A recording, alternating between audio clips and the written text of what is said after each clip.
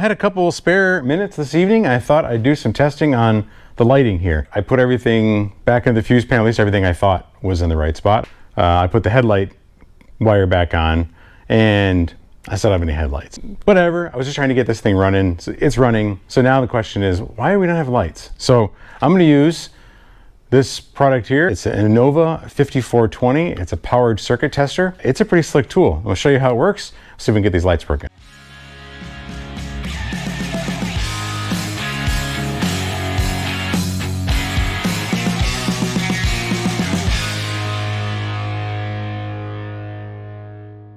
Okay, let's talk briefly, I guess, about the tool itself. Like I said, it's from a company called Innova. They're out of Irvine, California, so they're an American company.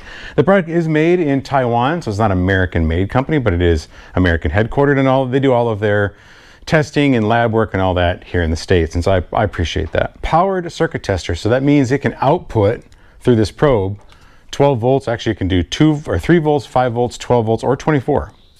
So really great for automotive testing or USB, LED lighting, anything like that, any low voltage type stuff, maybe outdoor lighting. It's powered, right? It gets its power from your battery. So it needs a 12 volt power source. Typically, if you're working on your car, you just use the car's battery.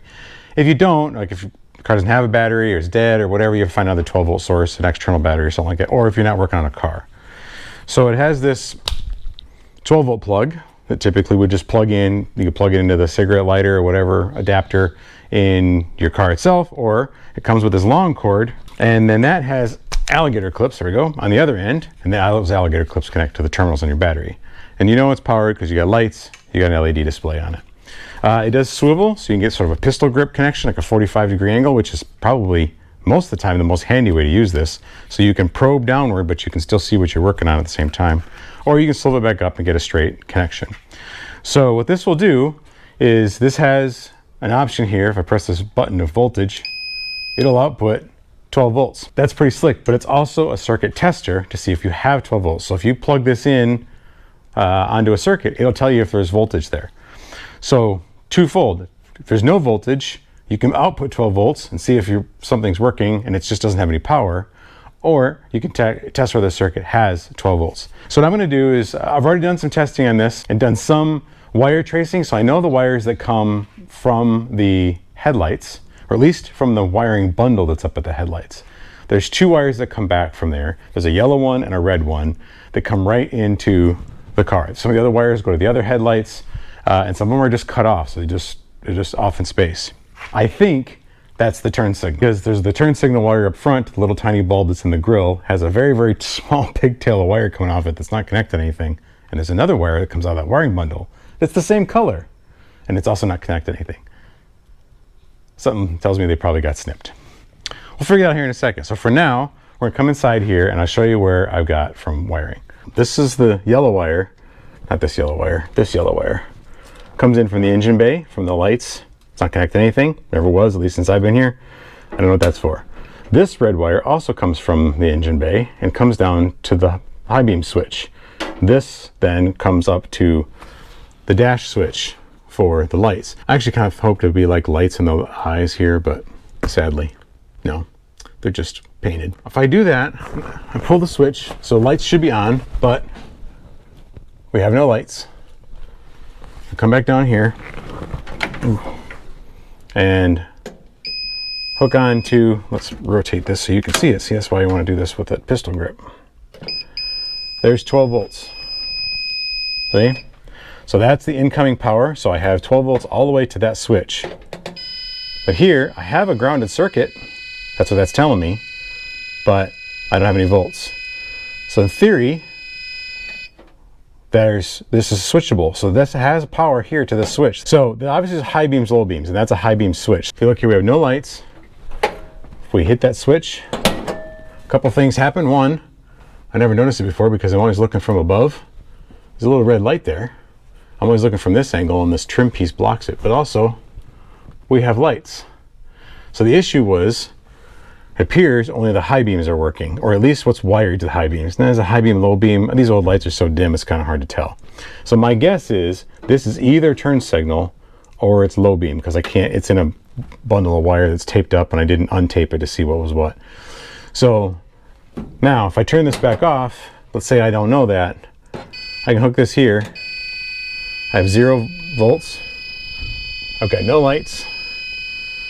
I press the button to output power and I have lights.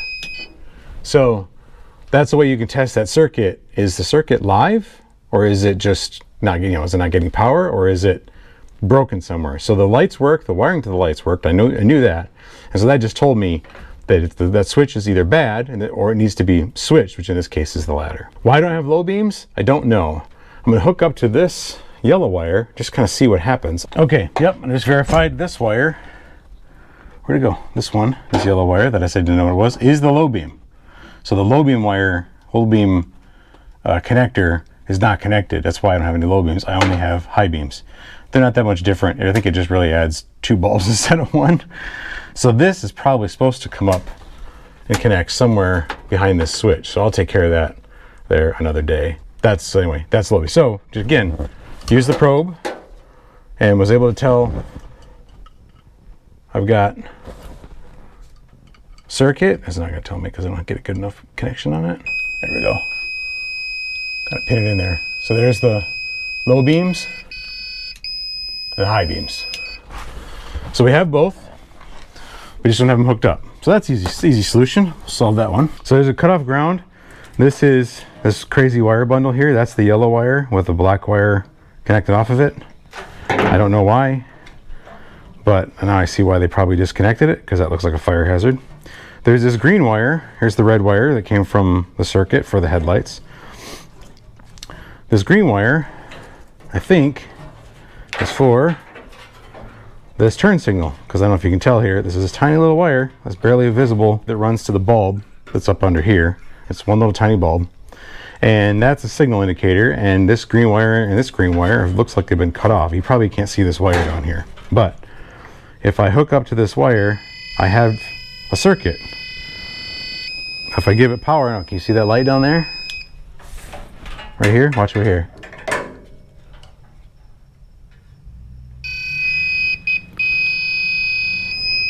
We have lightage. So the turn signal bulb and circuit all works. It's grounded, the bulb works. It's been painted over. I thought it was blown, but it's just the black paint. When they painted the truck, it overspray on the bulb. Obviously, they didn't really care about turn signals. Pick that back up. So I know if I reconnect this wire to this wire, at least I'll have power out here if I can get power in there. It's pretty slick. They come out with these new crazy tools all the time, and I never think about them because I'm just like I've always said, electrical stuff, not my specialty. When you have tools that super simplify the problem, it makes it a lot easier for idiots like me who don't understand how this electrical stuff works. I have used this actually quite a bit. So whether it be here in the truck, I did a video a while back with the replacing the washer fluid. I ended up showing you that with a old like Ryobi or Milwaukee battery, 12-volt battery, to test the functionality, but this would work too. And a lot less hassle with pins and wires and batteries, and hope I don't cross them over and light the thing on fire. We have been all over this summer and fall remodeling an old fifth wheel for our daughter, and there was a bunch of wiring problems in there. Lights that didn't work, circuits that didn't work, plugs that didn't work, and tools like this, I use this a few times, were invaluable in troubleshooting some of that stuff, especially since a good portion of RV wiring is actually 12 volt, runs off a battery. All the lighting, a lot of the pumps and those sorts of things, they run on 12 volts. So they don't run on regular house wiring. So you have a tester like this is actually, in some cases, more handy than your regular home electrical wiring. So super handy tool. I'll put a link down below to it. Thanks again to Innova for sending it off here and for sponsoring this video. I hope you guys enjoyed it. Hope you learned something. We'll see you next time.